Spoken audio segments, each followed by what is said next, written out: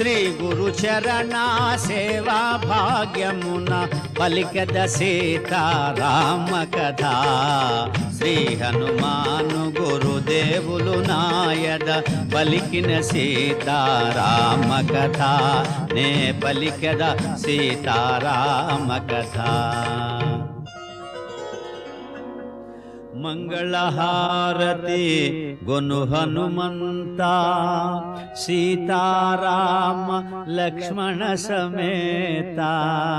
నా అంతరాత్మ నిలుమో అనంత నీవే అంతా శ్రీ హనుమంత.